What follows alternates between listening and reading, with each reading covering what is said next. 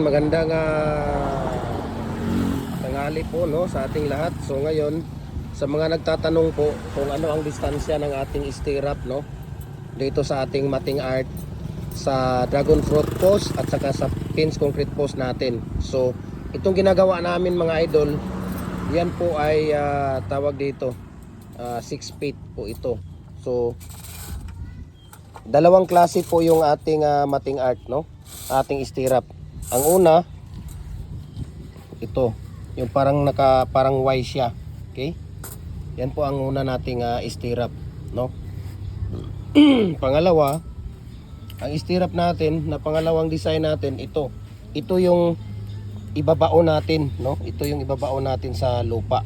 Yan. Dito sa dulo, kumbaga nandito siya sa dulo, no? So ngayon, ang distansya naman dito, okay, tingnan natin doon na papakita natin sa inyo ang distansya. Yan. So ito yung unang stirrup natin na design. Tapos ang pangalawa, yan. So yung dalawa na yan, yun ang gagamitin natin na stirrup dito. Ito siya yung nasa ibabao natin, okay? Tapos yung nandoon, yun ang nasa tawag natin dito sa ibabaw. Okay? So ngayon, tingnan natin kung ano ang distansya, okay? So mula diyan, so nasa 3 inches lang po, okay? Ayan oh, 3 inches lang po siya ang distansya natin. Ayan, 3 inches bago kayo maglagay ng stirrup. Tapos ang agwat naman nila, tingnan natin yung agwat nila, okay? Tingnan natin yung agwat nilang dalawa. Ayan o, 1 feet. Okay, 1 feet po siya. Okay, ulitin ko. Mula dito sa pinakaibabaw niya, 3 inches. Ayan o, 3 inches. Tapos, kasunod, 1 feet. So, kung 6 feet ang gagawin ninyo, 6 po yung stirrup na ilalagay natin. Okay? Mula dito, isa. Ayan, 1 feet. Dito, pangalawa, 1 feet. Dito naman, 1 feet. Pangatlo. Dito naman, 1 feet. Pangapat. Okay? So, pangapat ito, tingnan natin doon kasi gumagawa pa si Kuya Jopre. So, yan po ang pangapat. Okay? Dito naman, panglima. Ayan.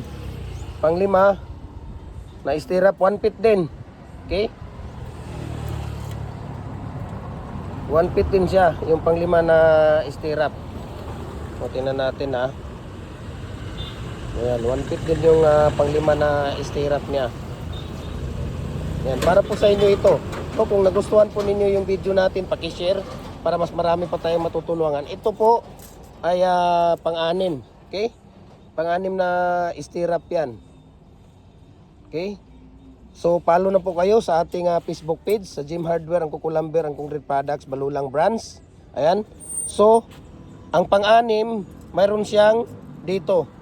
So, mayroon siyang nasa 6.5, no? 6.5 yung sobra niya. So, ito yung ibabaon niya. Okay? So, mula dyan, mula sa dulo, hanggang dito sa pang-apat, yan, yung parang diamond natin, ay nasa 6 inches and a half.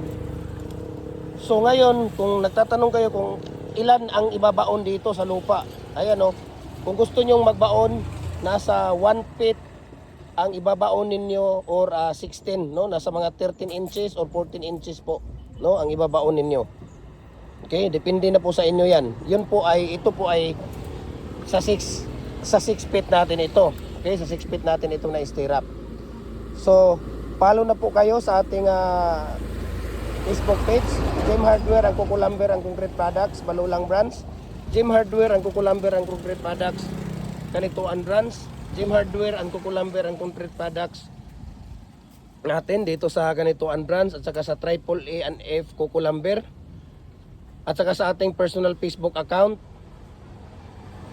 Gym Hardware, Felix Tan Pagikan Jr. sa ating Instagram, Felix_Pagikan 2000, at saka sa ating YouTube channel ay Gym Hardware, Kukulamber, Concrete Products. So, Ay, saglit lang daw. Yan oh.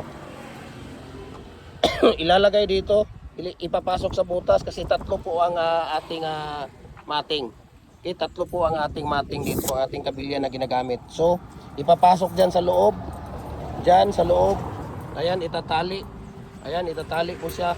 So, ang gamit natin dito, sige na dong. So, ang gamit natin dyan na kabilya mga idol, no? Sa amin dito, commercial, ay number 8, no? 8mm na kabilya. At number 16 na tie wire yung ginagamit namin dito. Okay? Yan o, tinan niyo si Kuya Chupri ha. Naglalagay siya. So mula dyan, unang lagay niya. Ayan, 3 inch. Ayan, 3 inch ang agwat. Tapos 1 feet na yan. 1 feet. 1 feet. 1 feet. 1 feet. 1 feet. Ang naiwan doon ay 6.5 inches. Dito, 6.5 inches ang naiiwan dito. Okay? 6.5 inches ang naiiwan dito. Ito siya. Hanggang dyan. Okay? 6.5 inches yan. Ayan. So, kung nagustuhan ninyo yung video natin, paki-share, comment and like. No? Para updated kayo sa ating mga video. No? Kung nakapag-upload tayo ng mga video, updated kayo. At para po kayo ay magkaroon ng top 1 badge dahil every Monday po namimigay tayo ng molder every Monday ng tanghali or every Monday ng gabi. So maraming salamat and God bless po no. Ayan, so ayan no, ang dami nating concrete post mga idol, tingnan niyo diyan. Okay? Ano? Dami nating concrete post, no? Yan yung mga nakakapit natin na concrete post. Kapitan natin ha. Yan no. Ito yung mga concrete post natin, okay? Mayroon din tayong mga dragon fruit post, okay? Napakakinis, napakaganda po, no? Ayan, no? Ang ginagawa nila kahapon. Ayan. So, yun yung mga gawa nila kahapon. Okay? So, ang dami. Ayan, no? Yung dragon fruit natin na, ano? Dragon fruit post, okay? So, ang dami, no? Dami natin mga may, ano dito. No, para po sa inyo ito, ginagawa ko para po sa inyo ito. Ang hiling ko lang sa inyo, i-share niyo yung video natin. Paki-comment and like po, no? Ayan no. Yung mga nagde-deliver din tayo Luzon, Visayas, Mindanao. Sa mga nagtatanong kung mayroon ba tayong COD, wala po tayong COD. Okay, wala po tayong cash on delivery. Wala po tayong cash on delivery, no? Na 50% bago natin umpisahan yung molder ninyo. Tapos 50% bayaran ninyo bago natin ipapadala yung molder ninyo plus shipping fee. Okay, ayan po yung lower natin. Yan ang pinakamagandang decorative lower. Tapos yun mohon. Number 8. Ayan, paypay. Ito ay number 8 yan, no? Ito naman ay L brakes. Bar, decorative. Ayan, mayroon tayong double na commercial. Single na number 5, single na number 6. 5.5 or 6 inches. Number 5, double na 3.5 or 4. Ayan. So maraming salamat. God bless ulit sa ating lahat, no? At ayan. Sa mga nagtatanong, magdi-deliver tayo. Yes, magdi-deliver tayo. Kung dito sa Mindanao, pwede nating ipapadala sa bus terminal, no? Terminal to terminal yung ano natin. Halimbawa, Davao. So Cagayan de Oro to Davao bus terminal. Papadala natin dyan sa inyo. Cotabato, pwede din natin ipadala doon. Zamboanga, pwede din natin Dipolog, Oroqueta, Bukidnon. Ayan, so ipapadala natin bus terminal to bus terminal. Cagayan de Oro bus terminal to kung taga saan po kayo, basta dito sa Mindanao. Pero pag sa Luzon at sa Visayas, yun po ang ating ano natin ay yung Libcap Super Express po yun, no, yung magpapadala yung ating tie-up natin na cargo natin. So tested and proven na po for almost how many years na tayong nagpapadala sa kanila. Okay? Maraming salamat po, no? Ayan, paki-share na lang yung live natin. God bless po sa ating lahat.